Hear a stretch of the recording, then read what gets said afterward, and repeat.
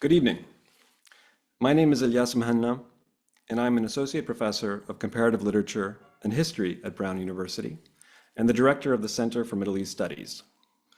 I'd like to welcome you to this webinar with Francesca Albanese, who is the United Nations Special Rapporteur on the situation of human rights in the occupied Palestinian territories. This event is part of an extensive range of lectures, book talks, and conferences that have been hosted by various centers and institutes at Brown over the past year, which have sought to promote discussion, debate, and analysis around topics related to the Israeli-Palestinian conflict, anti-Semitism, Islamophobia, and anti-Arab discrimination, as well as questions of academic freedom and the role of universities in times of political crisis. Previous speakers have included Orit Bashkin, Nadim Rouhana, Jonathan Greenblatt, Derek Penslar, Leila Farsakh, Asla Bali, Daniel Kurtzer, and Peter Beinart. Over the course of this semester, Brown will host other speakers on these topics, including a former member of Israel's Knesset, Dr. Einat Wilf, as well as the journalist Nathan Thrall, whose book, A Day in the Life of Abd Salama, was the recipient of the 2024 Pulitzer Prize for General Nonfiction. I don't need to tell anyone who is watching that these are deeply challenging topics, about which the members of our community hold divergent views. And speaking here in my personal capacity as a member of this community, I would like to state my own view, which is that this is what universities are for. They exist to offer a space for people to come together and think about complicated subjects, to speak about them with respect and collegiality, and most importantly, to listen to each other. It sounds pretty simple, but it's not. It's hard work. And yet, that hard work of thinking, speaking, and listening happens every day on our campus, in our classrooms, in office hours, and at events like these. So I would encourage my fellow community members to come out to these events, to listen to what is being said by people with different views and life experiences, and to engage with them in good faith. We have a webinar audience consisting of Brown students, faculty, and staff, and this event is being live streamed to an external audience. Ms. Albanese will speak for about 30 minutes, at which point we will move into a Q&A session. If you are watching in the webinar, please feel free to use the Q&A function to submit questions. In the interest of time, I will be grouping questions by theme in an effort to cover as many topics as possible. So if I don't get to your specific question, I hope to be able to ask a related one. Let me encourage you to keep your questions brief, no more than a sentence or two, so that I have time to read them and sort them within the queue. And now, to introduce our speaker, I'll turn to the faculty sponsor for this event, Fulvio Domini, who is Professor of Cognitive and Psychological Sciences here at Brown. Fulvio?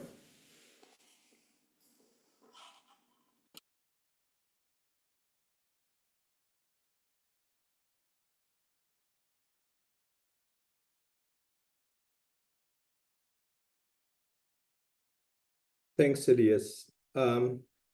As we finish another comfortable day at our academic institution, more than 40,000 people have been killed in Gaza Strip during the last 10 months, with a projection of an additional 85,000 deaths beyond those directly caused by aerial bombing and ground offensive.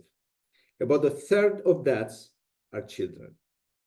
Over 200 children suffer acute malnutrition, and 50,000 pregnant women have access to only 12 partially functioning hospitals. As of January 2024, 10 children per day have lost one or two of their legs. According to UNICEF, more than 1,000 children have had one or both legs amputated. Amputations mostly done without anesthetic. Now, there is a polio outbreak that, according to the World Health Organization Director General Tedros Ghebreyesus, it is, quote, just a matter of time before the virus reaches the thousands of children who are being left unprotected. And the list goes on. We can either glance at this horrific data or stare at the abyss that they represent. We can either accept the status quo or choose to abandon our comfort zone and seek a deeper understanding of what is going on. For precisely this reason, I decided to get in touch with Francesca Albanese, the special rapporteur on the situation of human rights in the Palestinian territory occupied since 1967. In her own words, quote, "If we are not willing to sacrifice some of our comfort while others risk to lose everything, what remains of our humanity?"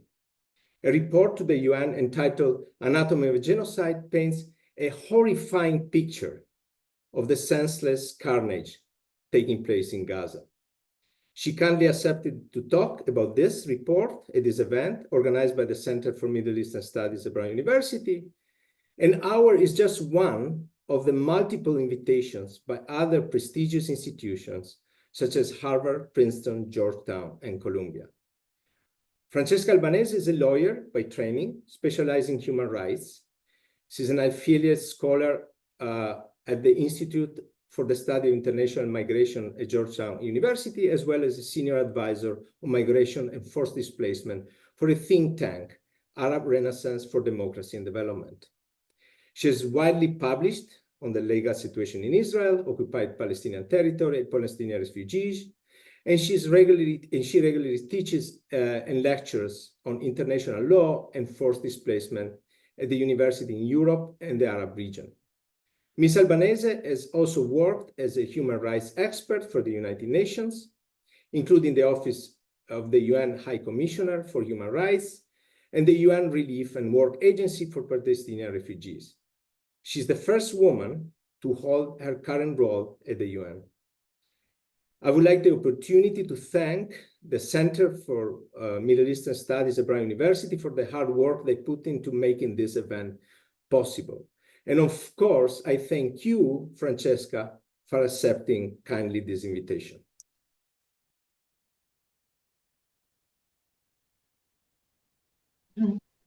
Hello, can you hear me and see me? Shall I start? Excellent. So first of all, I would like to thank the Brown University and the Center for Middle East Studies, particularly Professors Elias Manna and Fulvio Domini, and of course all the participants who are with us tonight. I would have loved to be with you in person. This is what was supposed to be, not yet another online event. And we will have to wait, unfortunately, for a better opportunity. What I would like to do in the time at my disposal is to take you through and to the theme of the title of this presentation, and which is inspired by the title of my report, my last report to the United Nations, which is Anatomy of a Genocide, and tell you how did we get there? Because of course, all our eyes are focused on Palestine, have been focused on Palestine or Israel-Palestine in the past 11 months. But there is a context, what's happening, what has been happening in Gaza and the rest of the occupied Palestinian territory. It's not happening, or it didn't start happening in a vacuum. And I would like to tell you this through my own experience, not just as someone who lived in Palestine and worked for the United Nations, and then decided to move to the academia, and so I've looked at this primarily from the question of the Palestinian refugees perspective. So Palestinian refugees are the human face of Palestinian tragedy. But what I've done as a special rapporteur, how I have approached the meta, and then focus on two different aspects. How the people have reacted to what's happening, and what has been the international response also states' response, which leads us to the conclusion of this discussion. Is the international system failing? And yes, it is failing. Yes, it has failed. And at the same time, away from this abyss, there is something that gives us hope, and it's international justice, without being starry-eyed about that. So without further ado, let me start by saying that what we need to be very clear of what has led us through this what I've called the monstrosity of this century, to the last 11 months in Gaza, and for the Palestinians as a people, really. And I would like you to understand that the emphasis of my discussion, of my presentation, will be on the Palestinians, because of my dear friend, late Professor Alon Confino, used to say, it's them, the people who do not have rights and freedoms between the river and the sea.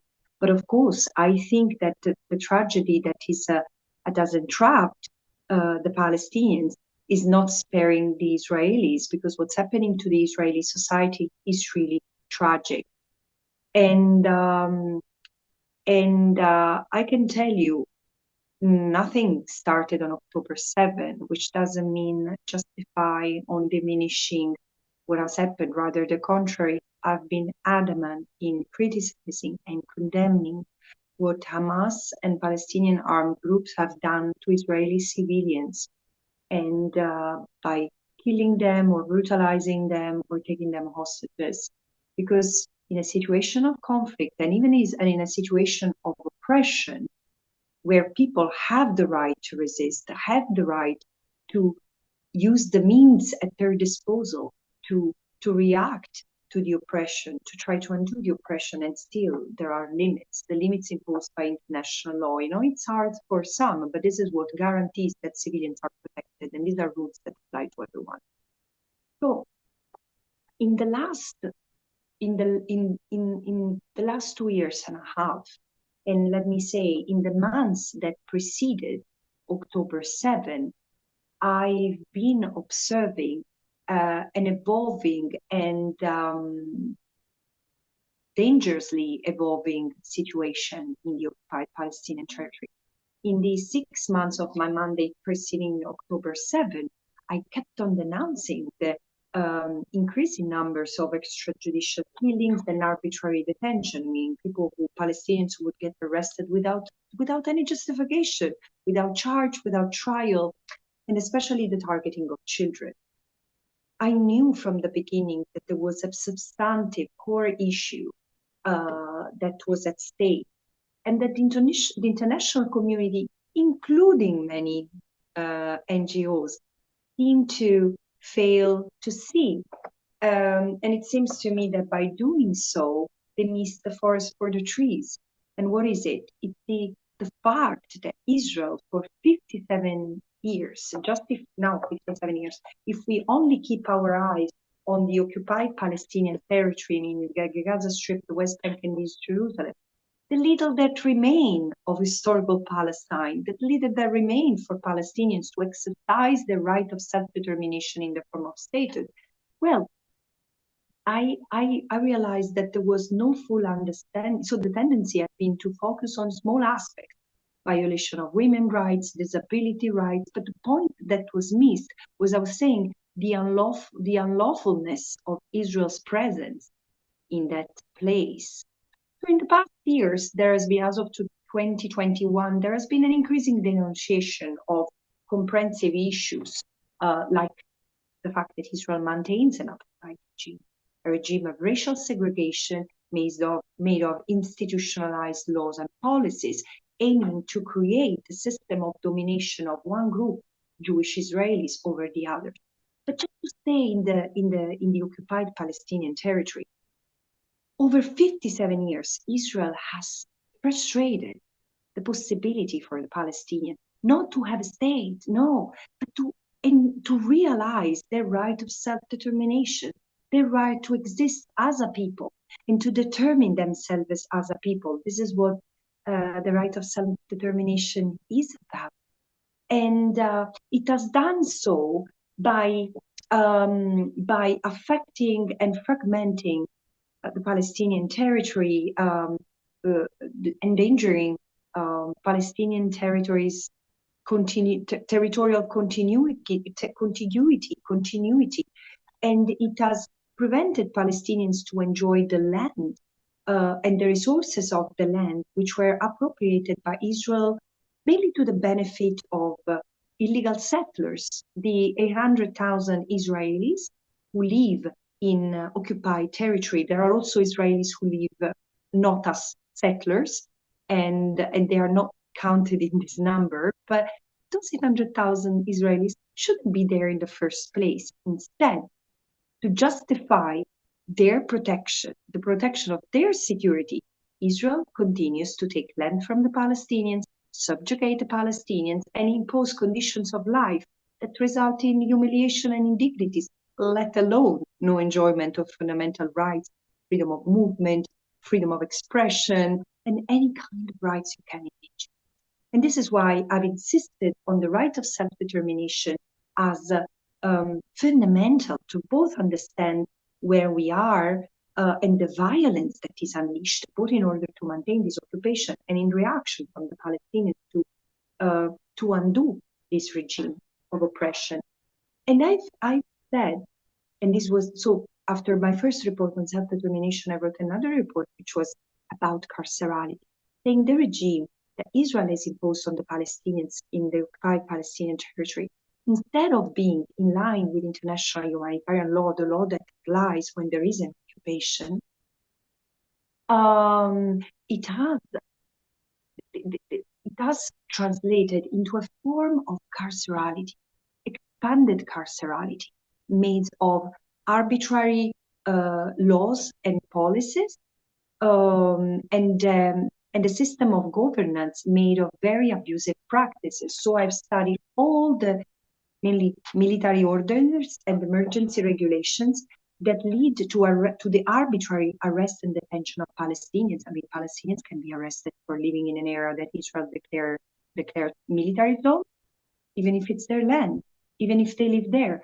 Israel can arrest and detain people for participating in political gatherings up to 10 years. Israel can arrest and detain someone who's member of an organization considered hostile. But let me tell you, all the charities, all the main NGOs, and all the political parties in Israel, no matter, in the occupied Palestinian territory, are considered hostile. Plus, the most well-known Palestinian human rights organization, who have so much contributed to the documentation of human rights violations in the past 20 years, they've all been considered terrorists by Israel. So there's a very, very oppressive system. That's why I call it a military dictatorship, because it applies military orders written by soldiers, applied by soldiers, reviewed in military courts, including for children as young as 12, who get arrested and detained without seeing lawyers, without seeing their family members.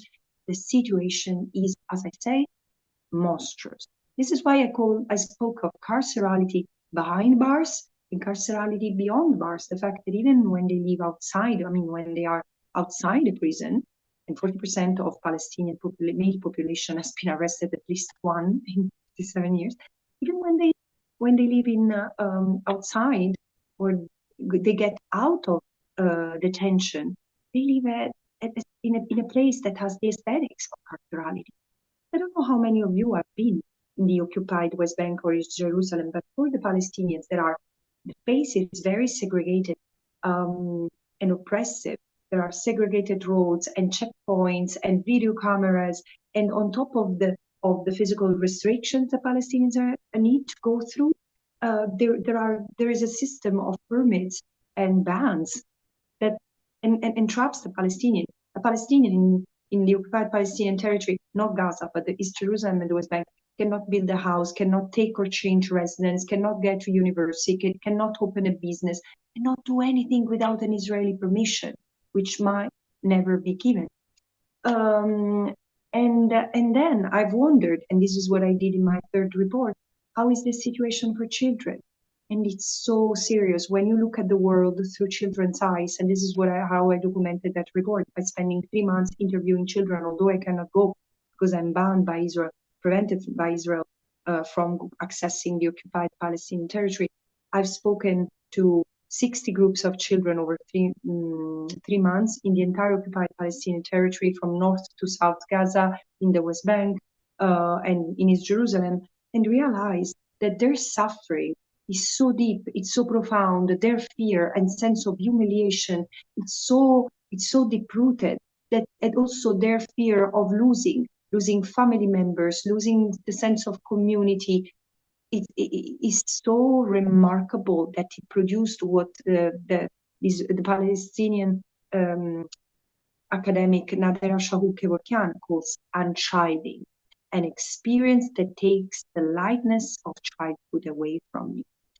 So, and I made, when I wrote this report and I presented it last year, in October last year, I had the feeling that there was something completely wrong in that system, because by tormenting generations of Palestinians and hitting the people at its very roots, it's something that might be designed to undermine the existence of a people as such.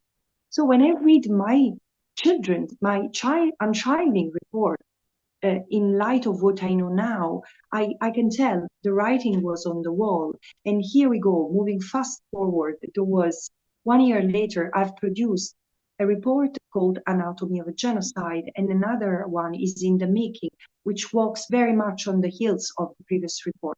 Because what has happened and why I spoke of genocide? In the first 7 months, 5 months of the assault, the military assault that followed the attack by Hamas and others on October 7, emanating from Gaza, there has been the almost total destruction of Gaza, destruction of neighborhoods, churches, schools. Already by March, all of these Palestinian university in Gaza, there were 11, had been destroyed, and so essential civilian infrastructure and sources of livelihood like grazing land, the fishing boats. There has never been, although the people in Gaza had already suffered 5 violent wars in the last 17 years of blockade, unlawful blockade, which had caused 5,000 deaths, including 1,200 children just in Gaza, and no one was talking about that, of course. But what has happened as after October 7 has been something else. The Palestinians have spoken with, were saying, we knew that from the beginning they were targeting places of existence, of identity, like the National Archives. Why destroying military hospitals, and why destroying everything? And not only there have been an average for the first 2 months of 150 Palestinians killed per day through a very violent and reckless carpet bombing, but also there has been, since the beginning of the ground assault, inhumane acts reported on an everyday basis. And the deaths have started to increase, not only as a result of the bombing, which has continued. People were ordered to evacuate en masse from certain areas, the north to the south, and then bombed as they were moving south in the designated safe zones. So and then there have been acts of torture, of mass humiliation of the Palestinians gathered by the army. Since then, the reports denouncing what an Israeli organization, B'Tselem, refers to as a network of torture centers. And these have germinated at an incredible speed. And there has been starvation used as a method of war, because since October 8, Israeli leaders declared a restriction of a siege, a full tightening of the siege. So no water, no medicine, no fuel, and no food, which has led to starvation. And since the very beginning of this assault, together with about 30 special rapporteurs, independent experts of the United Nations, I have denounced the risk of genocide. because of the genocidal statements. I didn't make conclusions, of course, in October or November that there was reasonable ground to believe that Israel had committed genocide, but the language was absolutely genocide, like calling for the elimination of a nation of responsibles together with Hamas, assimilating Hamas to terrorism and all Palestinians in Gaza to terrorists and Hamas. It's been a very violent rhetoric that emanated from an ideological hatred against the Palestinians, which over the years has become a political doctrine, which was in full display and out of control as of October 7th. Not only so Israel has committed indiscriminate acts of killings, not only Israel has inflicted incredible humane physical and psychological harm. Imagine 2 million people being displaced from their homes, the majority of them not having a home anymore. All of us, I mean, have so much attachment to our house, to our possessions. These people have lost everything, from the pictures to the toys of their children, their clothes, everything. Whatever has not been destroyed has been severely damaged and is inhabitable. And on top of it, Israel has created the conditions in Gaza, conditions of life that lead to the destruction of the group in full or in part in Gaza. And this is why I concluded that there is intent, and intent is not only explicited by what has been said, which is not sufficient to determine that genocide has occurred. The words of leaders are not enough. But then we look at the reality, we look at the practice, we look at the opportunity as it comes from the international jurisprudence on genocide. I say there is no possibility to conclude that there are reasonable grounds to believe that Israel has committed acts of genocide. And the intent is ostentatious if we understand that Israel has used humanitarian camouflage. What is it? Israel has used IHL, international humanitarian law jargon, to justify its military conduct. It has not denied what it's done.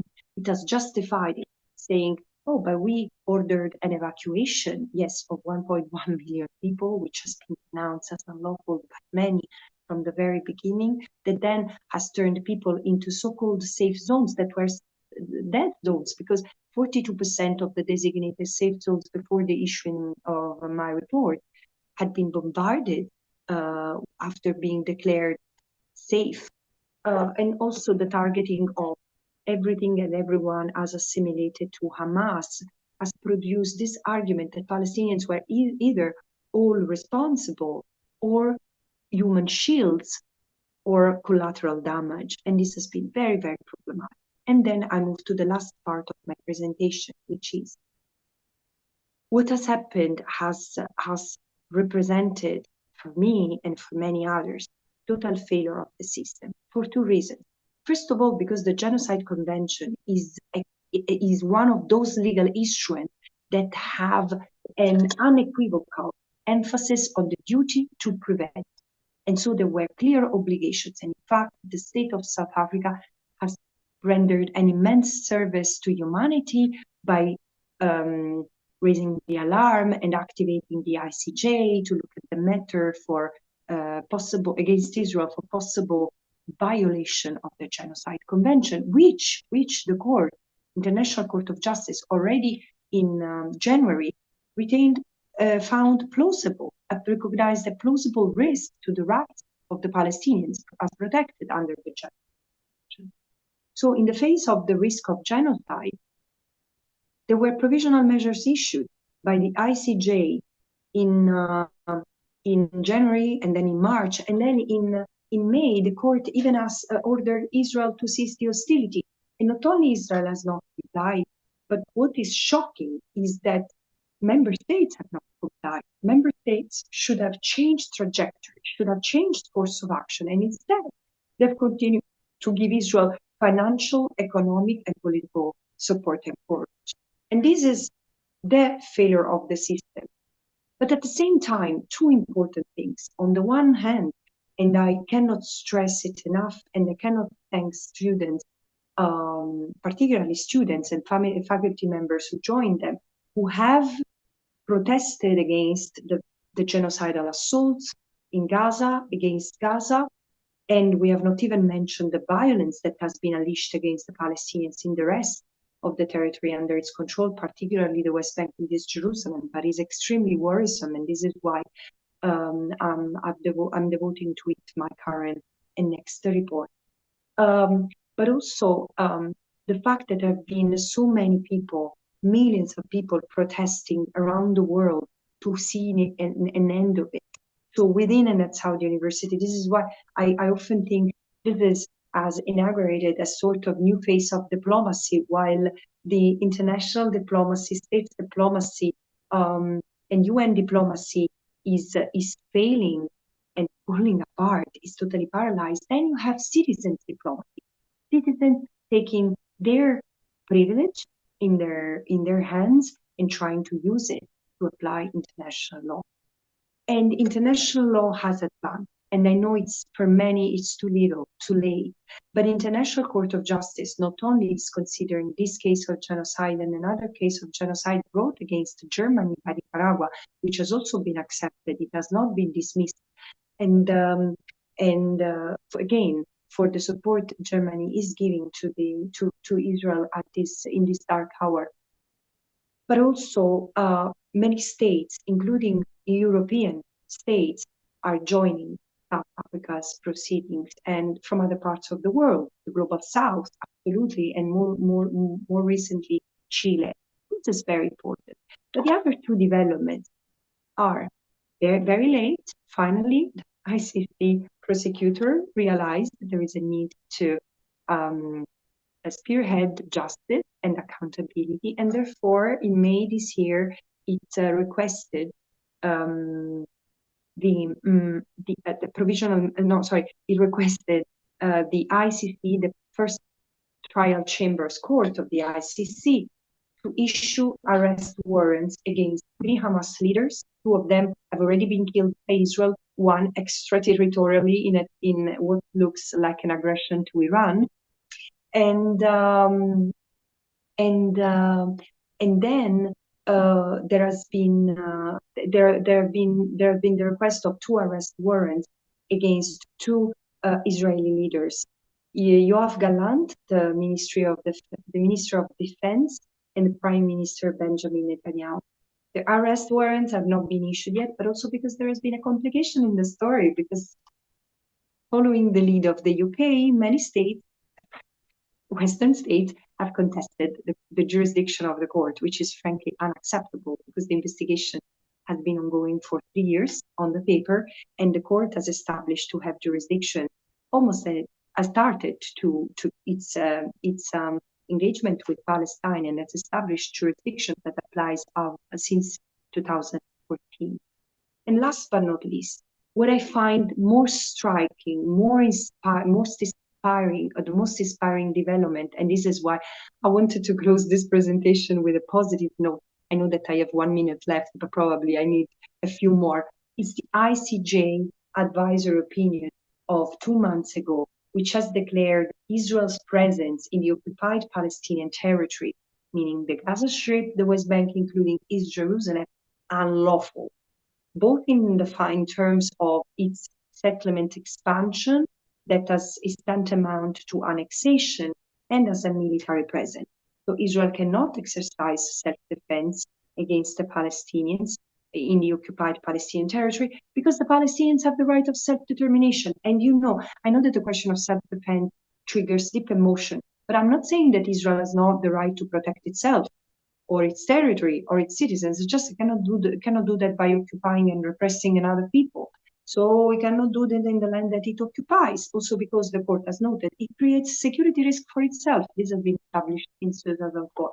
And therefore the court has ordered Israel to dismantle the occupation and its annex, and dismantle the settlement as soon as possible, to withdraw within its territorial boundaries, and to make reparations and facilitate the return of the Palestinians who have been displaced as of 1997, which are about probably 1 million now. And of course, this doesn't concern the current assault in Gaza, but it's seismic.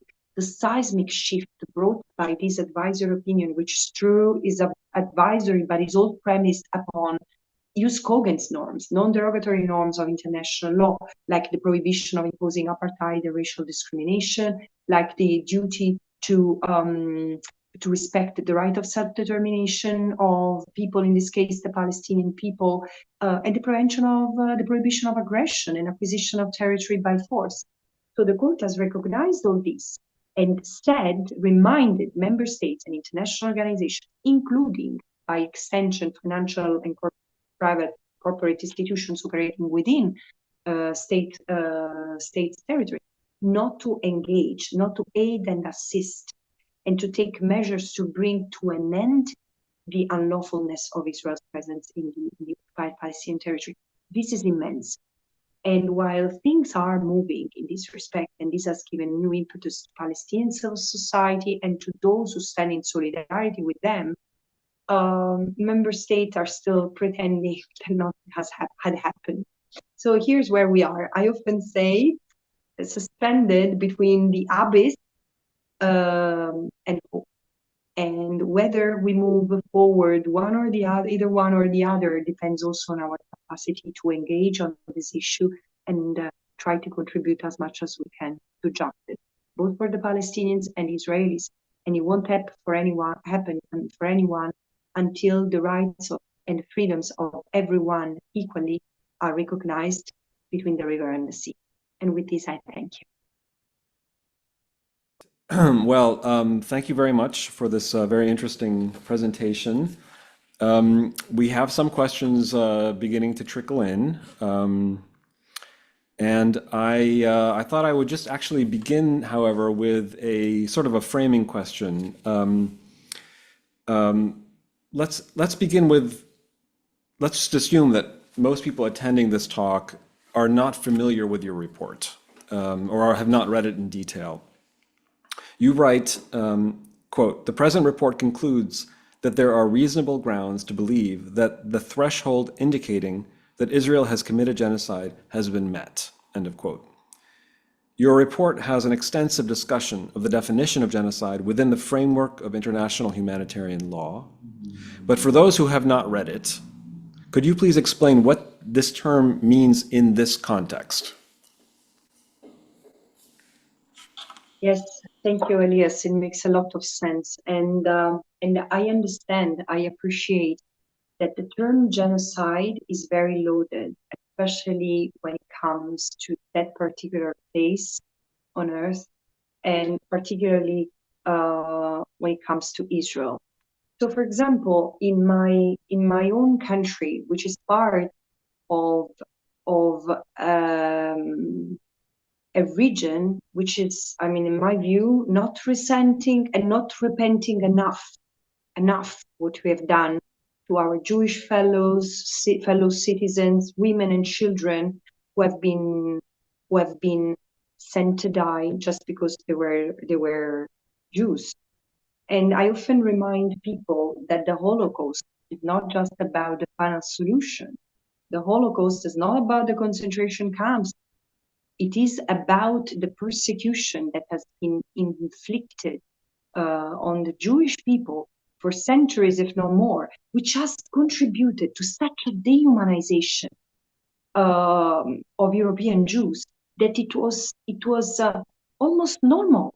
The violence against them was so normalized. And keep on reminding my fellow citizens in Italy, we have had the racial laws. And no later than 20 years ago, I remember, because I was very active as a student, I was part of a protest to commemorate the minister who had signed the racial laws expelling Jews from civil life, from their medical, legal, or academic profession. So why am I saying that?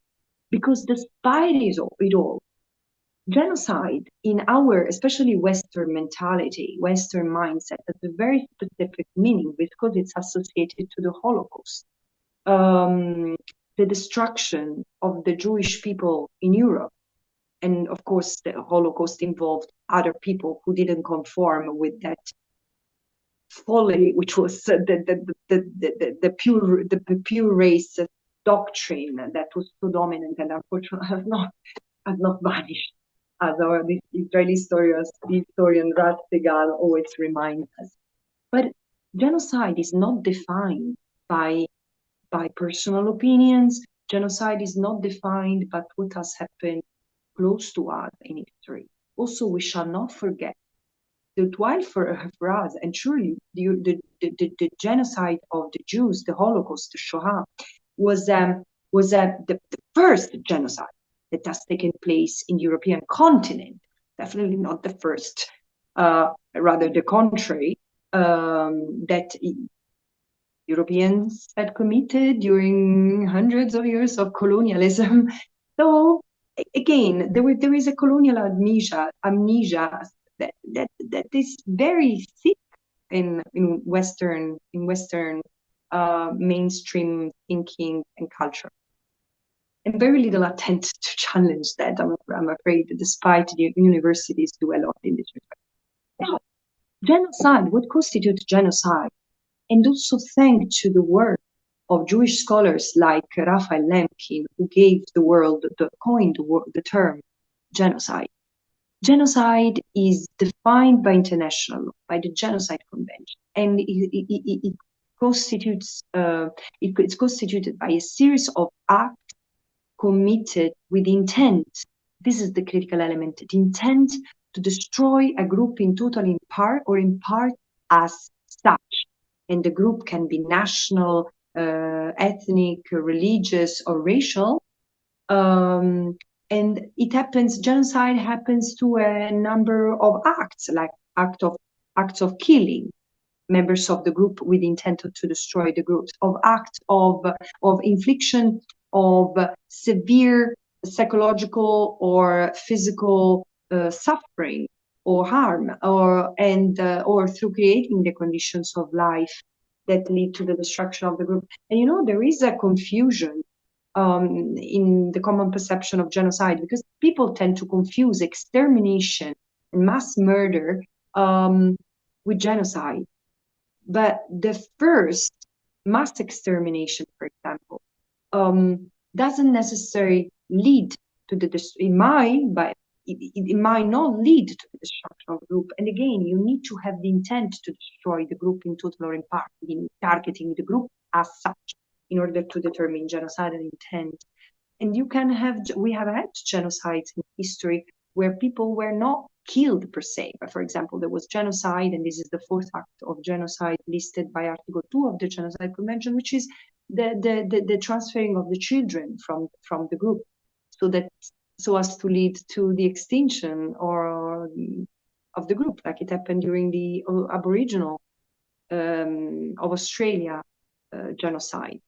So this is in a nutshell, and this is what I've used. And of course, it's very, the law that applies to genocide is the Genocide Convention, as is being interpreted primarily by international courts. So the ICTY, International Criminal Tribunal for former Yugoslavia, the International Criminal Tribunal for Rwanda, and so far 2 cases dealt by the International Court of Justice against both of them against Serbia, and now there are 2 cases pending, and one is Myanmar and the other is Palestine. Thank you. Just to follow up now on this question of international crimes. In addition to genocide, international criminal law identifies other core crimes, including war crimes, crimes against humanity, crimes of aggression.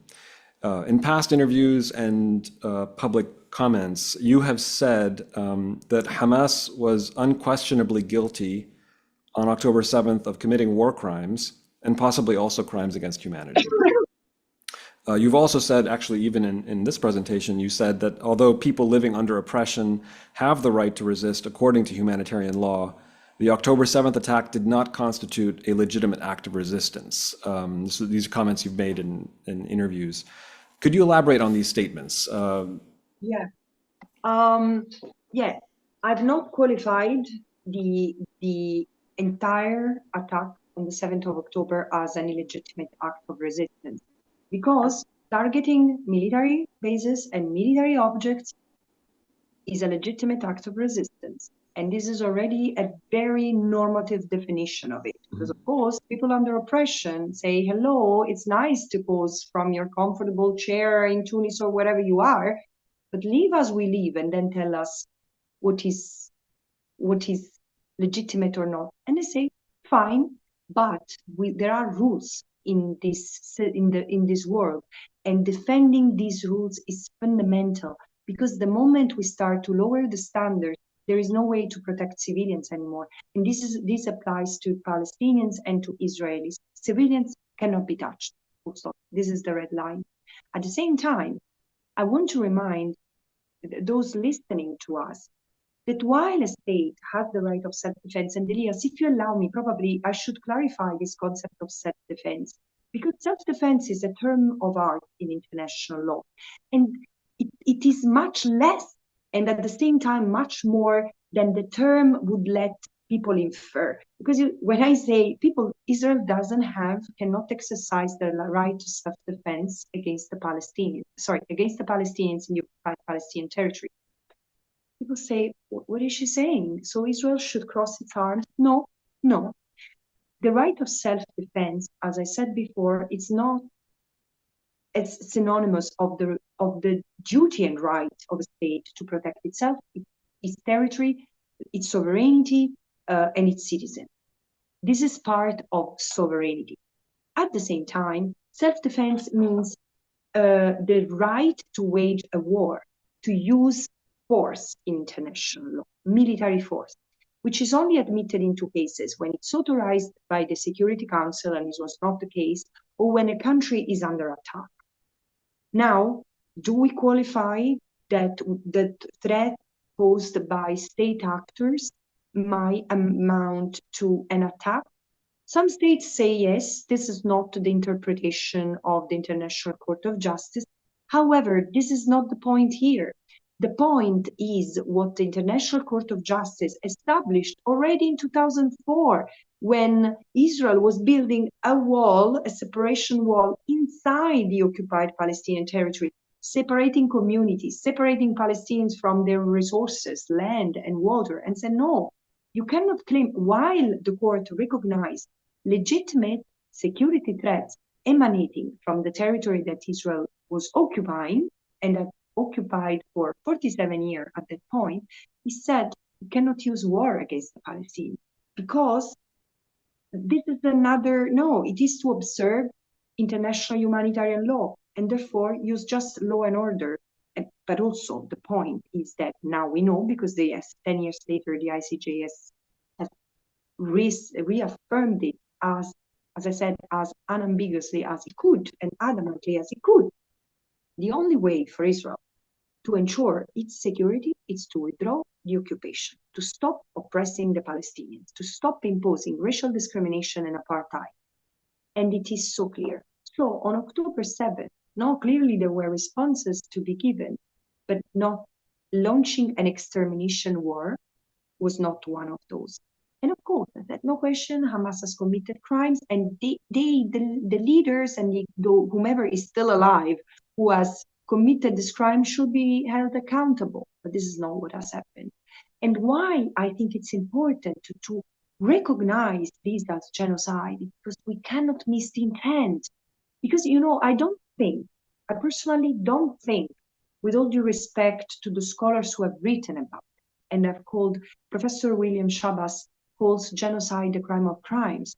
I agree with him about the gravity of crime, but there is no hierarchy.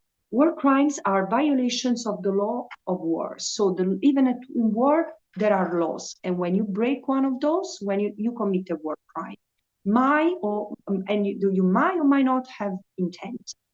But if you attack, even out of a let's say, conflict situation, if you attack the civilian through widespread and systematic way, you might commit a crimes against humanity, like, for example, apartheid, of systemic deprivation of fair trial standards when it's widespread and systemic. It's a crimes against humanity.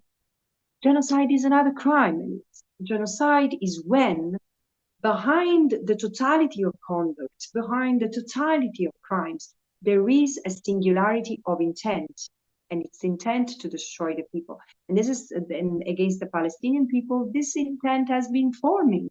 There is a long-term project. The horizon is to de-Palestinize the Palestinian territory, what remains of Palestine, and there is as much as possible Palestinian identity and Palestinian presence in order to maintain Jewish domination, Jewish majority.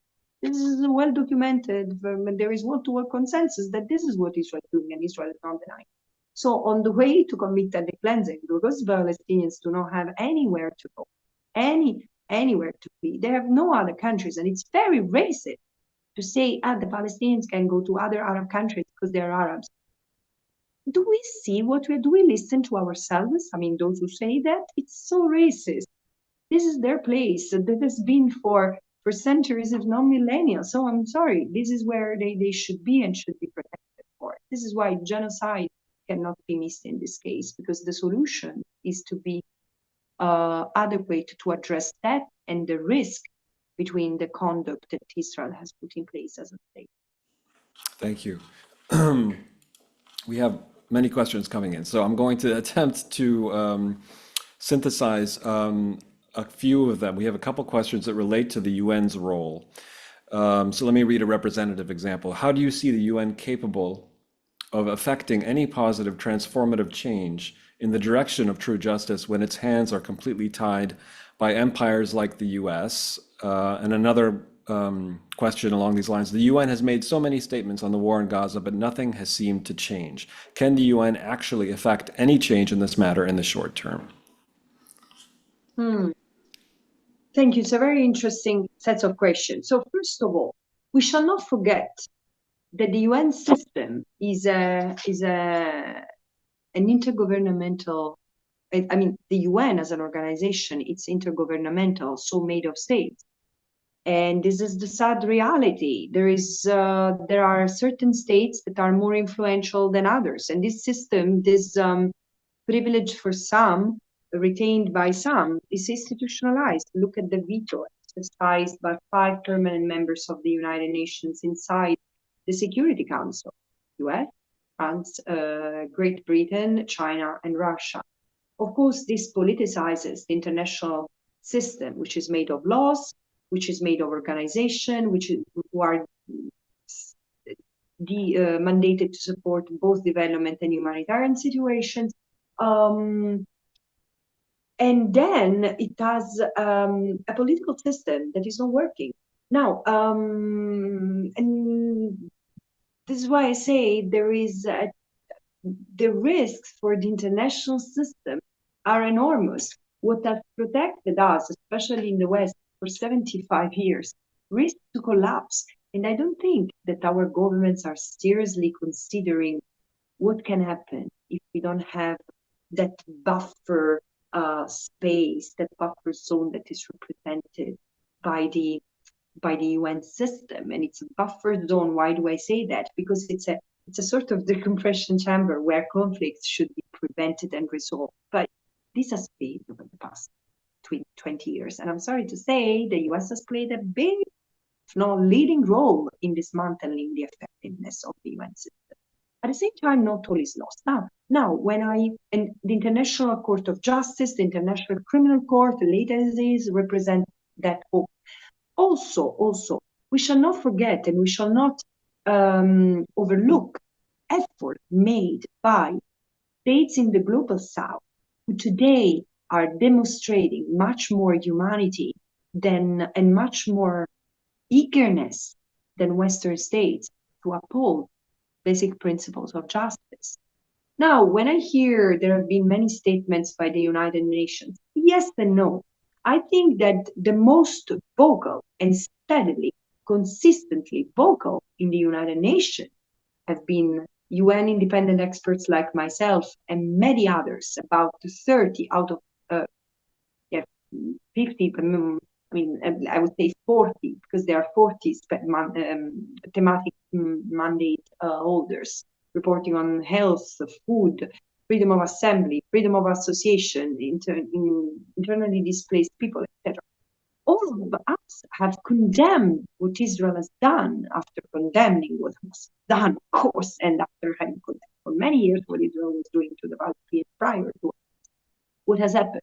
But I think that the United Nations per se has been very comprehensive in its analysis, because again, I hear the Secretary General has been adamant, but frankly, besides the General Assembly, the UN Security Council has remained paralyzed because of the US veto.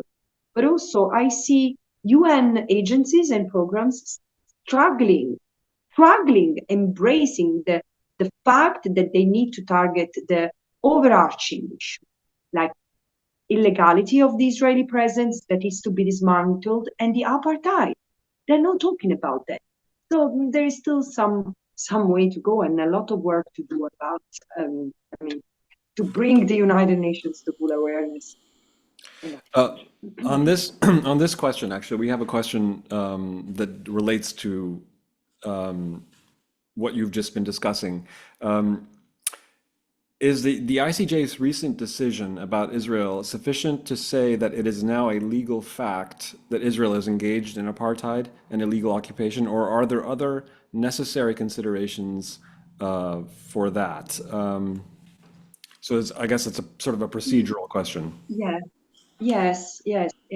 Look, I don't think personally the court wanted to enter into an examination of the question of apartheid. So it does said that the regime that Israel establishes violates Article 3 of the International Convention on the Elimination of Racial Discrimination, which prohibits racial segregation and apartheid. And at the same time, it does not discuss what apartheid is and consists of.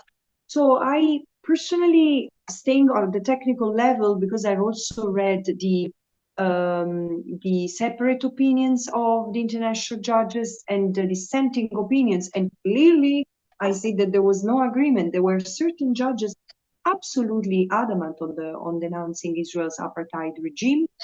Others were not as convinced.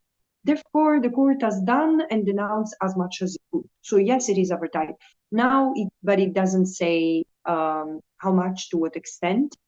But it's pretty well documented, including at the United Nations level by those who have preceded me in the mandate. The most comprehensive analysis of Israel's apartheid regime is at the UN level is in Michael Link's report, the last report of March 2022. But actually, the most comprehensive outside the special rapporteur's realm is the former special rapporteur's report on apartheid from the river to the sea, and analyzing also the fate of the refugees. But this is no longer a UN official document, because the Secretary General requested its removal from the UN system, and at the same time, it's a very telling report. Thank you. We have some other questions about the UN's role. So this is from someone attending the webinar. All right, so let me read this question. The Center for Peace Communications has highlighted Palestinians who blame much of the violence in Gaza on Hamas and their anti-Semitic conditioning of Gazan children and Gazan society. Mein Kampf is popular in Gaza. Picture books idealize dying, going to prison for jihad, and the 6 executed hostages were found in a tunnel with an entrance in a child's room. Given the extremism rampant in at least certain sectors of Gazan society, what role should the UN play in de-radicalizing Gazans to achieve peace? Look, that's an interesting question that brings 2 reflections to mind. The first is that I know this file pretty well, because during my 3 years with UNRWA, I've engaged in one of the largest audit that the US had requested on UNRWA's school curricula and enrichment programs and the human rights curricula. So I'm pretty confident at pushing back on that. I mean, in the sense, I think it's I'm not questioning and not challenging what has been asked. I just think that it's an overstatement. No, there is not such a thing like an idealization of Mein Kampf or anti-Semitism. Actually, I I I think that there is more animosity against the Israelis and to an extent against Jewish people in the Arab world, not necessarily as anti-Semitism as it is in Europe, discrimination against the Jews because they are Jews, as it was, and I mean, not Europe, in general, the West. There is anti-Semitism, and there is Islamophobia, and there is anti-Palestinian racism. So I'm not saying that is not true, but I don't think that it's the rule, because in fact, what Palestinians say, and this is something that it's very common, and those who know the Palestinians in Gaza confirm what I'm just saying. There is an acceptance of the Israelis, but there is not an acceptance of them leading and maintaining an apartheid regime or the blockade of Gaza or persecuting the Palestinians. I mean, they've been oppressed and dispossessed, disempowered for 76 years. 75% of the Palestinians in Gaza are not even from Gaza. They have their land, and many of them, their homes still standing in Israel. There is no acknowledgement of that. And excuse me, again, I think it's a bit of a projection, and it's easy to speculate on how the oppressed people should feel. But I'm not surprised, and I would not be surprised to see animosity among the Palestinians toward the Israelis. But again, this has not been the dominant feeling. Palestinians in Gaza, and I've seen it through and through when I was visiting the Gaza Strip and my interactions with them, with the people in Gaza, has been, and I've always wondered, how do they manage to be so positive and resilient? It's different in the West Bank, because the West Bank is a settler colonial frontier where the oppression and the abuses inflicted not just by the soldiers, which is brutal, by Israeli civilians, armed settlers who for years have attacked defenseless communities and Palestinians, adults and children, committing all sorts of crimes that have gone unpunished, zero accountability.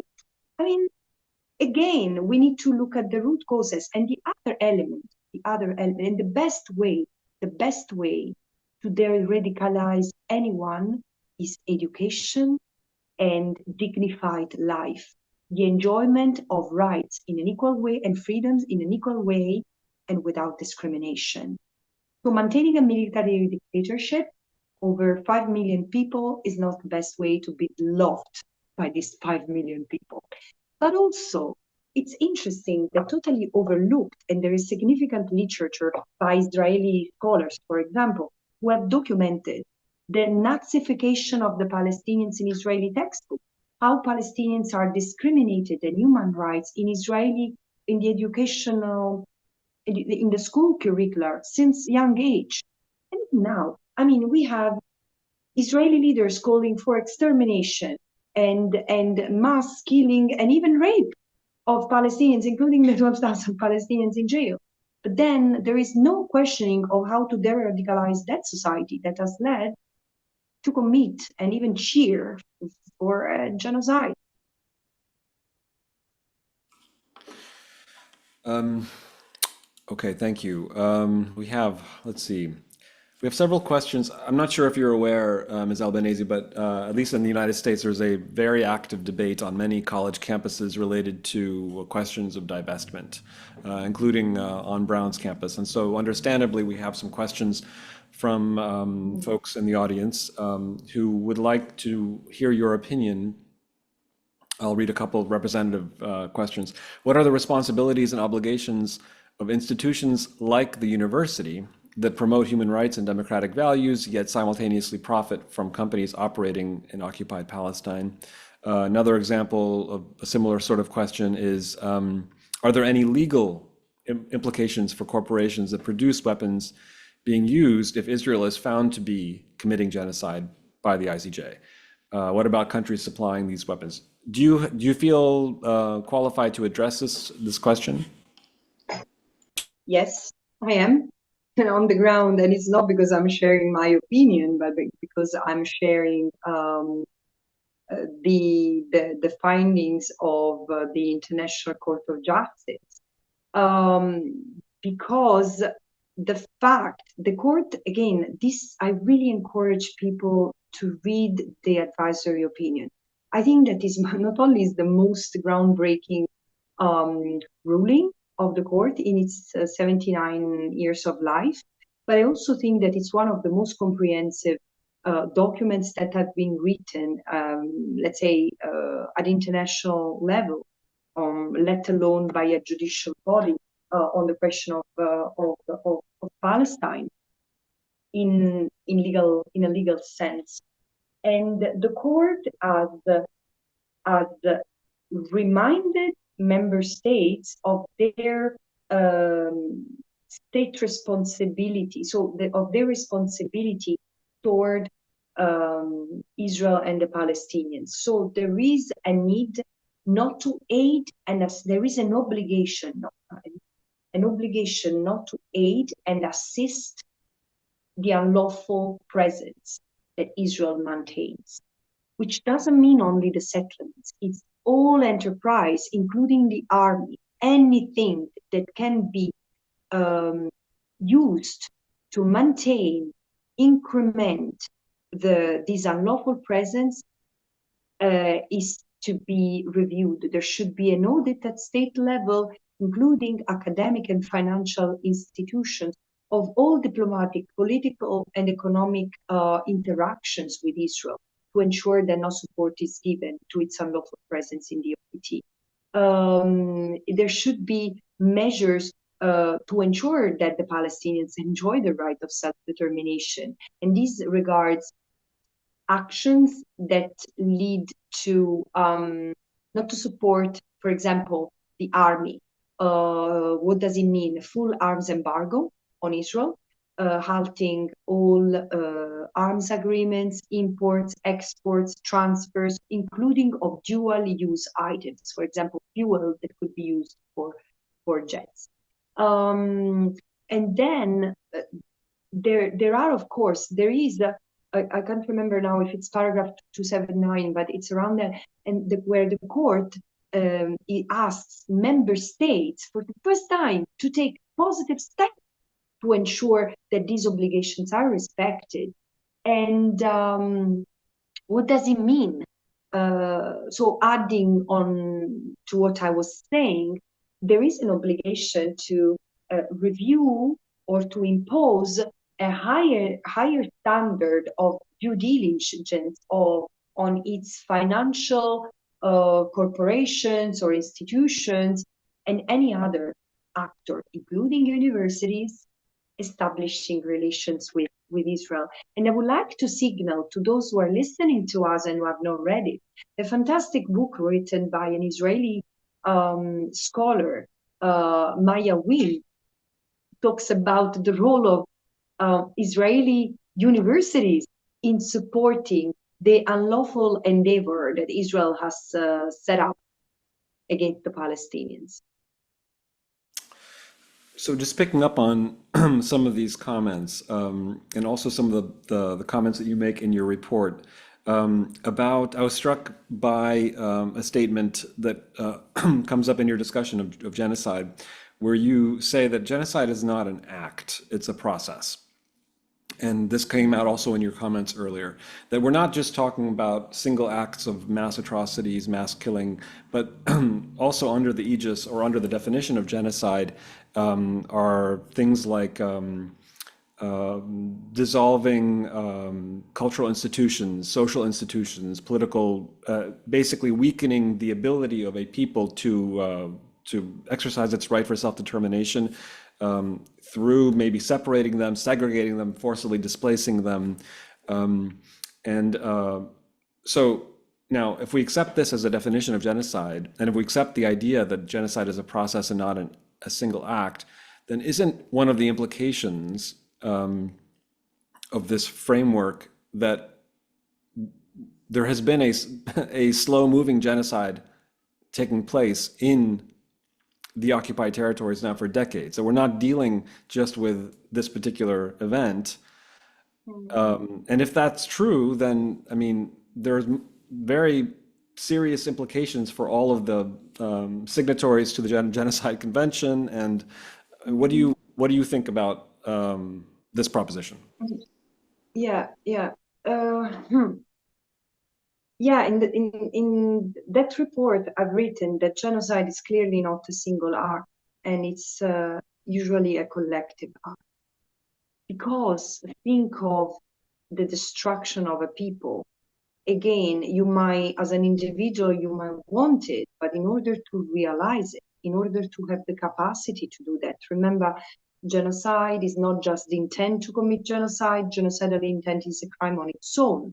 But committing genocide through the acts I mentioned, the killing, the creation of conditions of life, the human physical and psychological suffering, it's something that it's a complex act and process. Now, I have to say that there is in legal science and black letter law a significant difference in what constitutes genocide. Because, for example, Raphael Lemkin, as I said, is the one who envisaged and led to the criminalization of genocide. What Lemkin had in mind was a broader concept of destruction of a people, which didn't include only physical destruction, meaning physical destruction or biological destruction, but he was looking also at the erosion of political, financial, cultural institutions that are necessary to a people to survive. And in a way, I find it amazing how this thinker saw it all. If you read the Acts of Genocide, you see that what Raphael Lemkin had in mind was settler colonialism. Settler colonialism is the genocidal conduct par excellence, because it means to destroy the natives, either by taking the resources, by depriving them of the opportunity to determine themselves, to exist as a people, but in a form of settler colonialism where there is replacement of the indigenous group. There is clearly an eliminatory element. Think of, all the cases of settler colonialism in fact have led to genocide of, again, millions of people. Think of the United States of America. They were birthed from genocide. And so Australia, and so, well, Canada still processing it. But the attempt at destroying indigenous people was massive. This is not captured by the Genocide Convention. The Genocide Convention has a much narrower interpretation codification of what constitutes genocide, and it's the acts that I mentioned, listed at Article 2. But then also the way it has been interpreted is physical destruction. So yes, you still have a complexity behind it, but when does genocide start to be a crime under the current applicable legal framework? This is when the physical destruction starts. So we can argue that it has been incremental, but the point is whether you draw the line to the non-returnability, to the status quo ante, so that the state people are destroyed in total or in part. Yeah. Okay, so let's see. I wanted to address the fact that we're not in a vacuum. Presumably, some of the people who are attending this webinar and some who are watching online are aware that you have many, many critics. Since you were appointed special rapporteur, there's been a lot of criticism of that appointment, of your work, of your reports, and some of it turns on comments that you've made in the past. Specifically, the comment that you made in 2014 during another Gaza war when you wrote, you used the term Jewish lobby. You said America and Europe, one of them subjugated by the Jewish lobby and the other by the sense of guilt about the Holocaust, remains on the sidelines. Now, I'm aware that you have repeatedly apologized for and qualified those statements, but this has done very little to assuage your critics, which include representatives of major Western governments. You've also been defended by many leading scholars of anti-Semitism and Holocaust studies who have said that your words were inappropriate, but that it was clear from the context that you were referring to pro-Israel interest groups. So I just wanted to offer you the opportunity to address that episode and how it has shaped your work as a special rapporteur. Yeah, and I would like to say that, when really honestly, when this critique happened, became, I think, particularly in the US,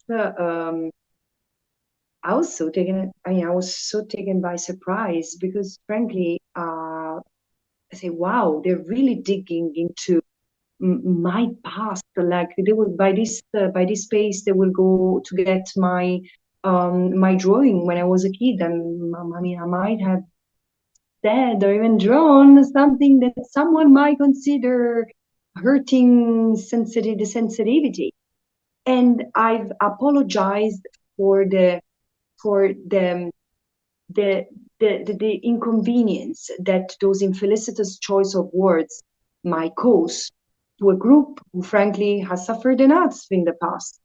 But again, absolutely, I've said it, and it was so obvious that it was the way many refer to the pro-Israel groups, which are dominant and even make no mystery of how much they impact and interfere with US politics. So this is what should be a concern to the American public.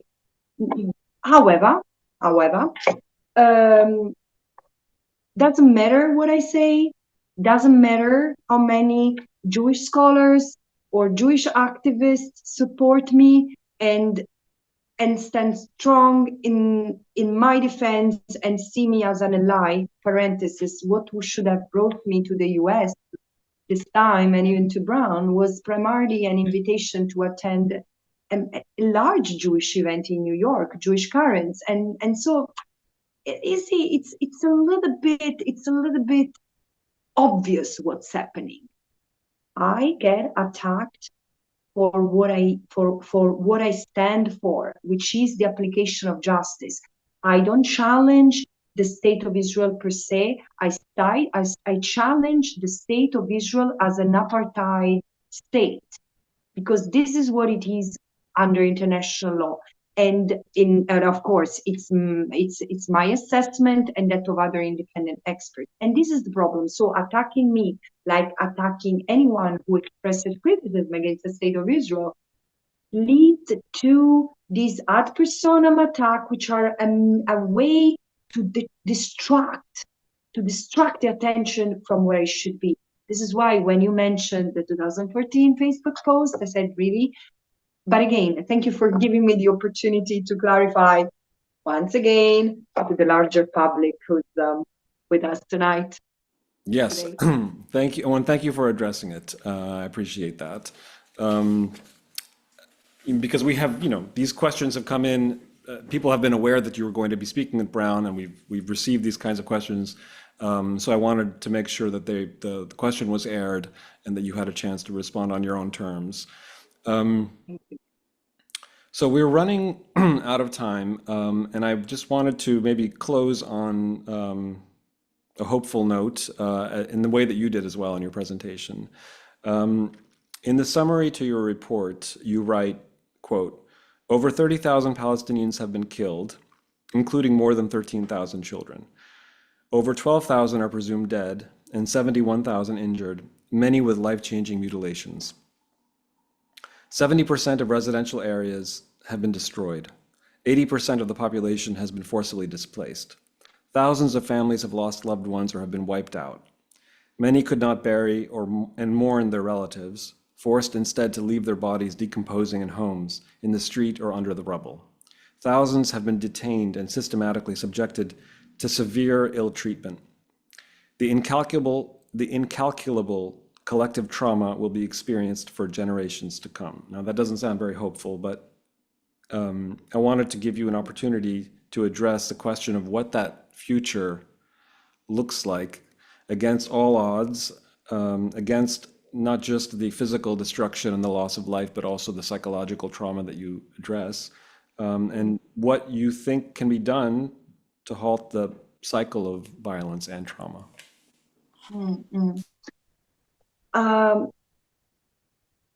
I believe that international law is a neutral instrument that can take us to a number of directions and at a different speed, but it cannot lead us to illegality.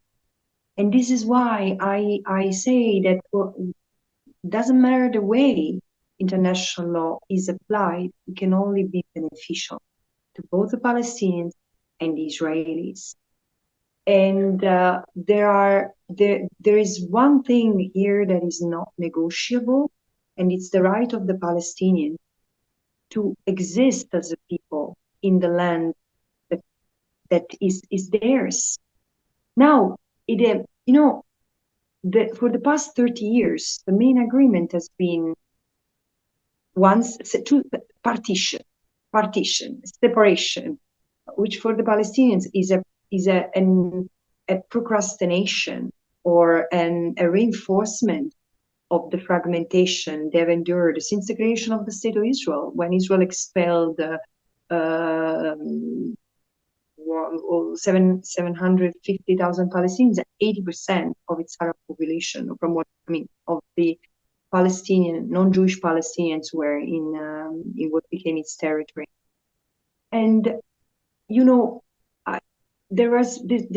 reason why I'm bringing this back is that injustice has been the leitmotif of life in Palestine and in Israel-Palestine for far too long, and continuing Israel's continuing to accompany Israel's unrelinquished ambition to get over the land of historical Palestine has led suffering, death, and enormous torment to many, primarily the Palestinians, but also the Israelis. How many Israelis have lost family members in all this? And again, it's excruciating to see also what's happening to the Israelis, the families who are longing to have the hostages back and who see their needs and their expectations completely betrayed. So there's nothing to gain in this, and there is nothing to gain or keep on feeding a system. Look at what's happening in the West Bank. Looks like, as someone has said, it's not my expression, but I think it's very evocative. It's a far west, and these will lead to what my friend Diane Levy has referred to as I think the expression is not his, but I heard him saying that the boomerang effect of colonization. The extremism that has been allowed to fester will bounce back, will hit the Israeli society at large, including its more liberal elements. So therefore, the only hope I see moving forward is to have full realization of full equal rights and freedoms for all between the river and the sea. And if the Israelis and the Palestinians, the only one who can decide about that, prefer to go with the two states, is fine. One state is fine, but they all have the rights to live in a situation, in a political situation other than daily oppression and indignity. And this is my hope for the future. I see that the pressure from the roots of societies worldwide, especially in the West, and this is being extremely inspiring for so many around the globe. This is contributing a lot to provoke that shift, but we cannot stop 1 second until there is the end of this perennial injustice in Israel-Palestine, and we are all called to act upon. Thank you. Well, this will conclude the webinar this evening. I would like to thank Special Rapporteur Albanese for taking the time to speak with us, and to our audience for their questions and their comments. I would also like to thank the staff of the Center for Middle East Studies and Brown's Media Services team for providing invaluable technical support.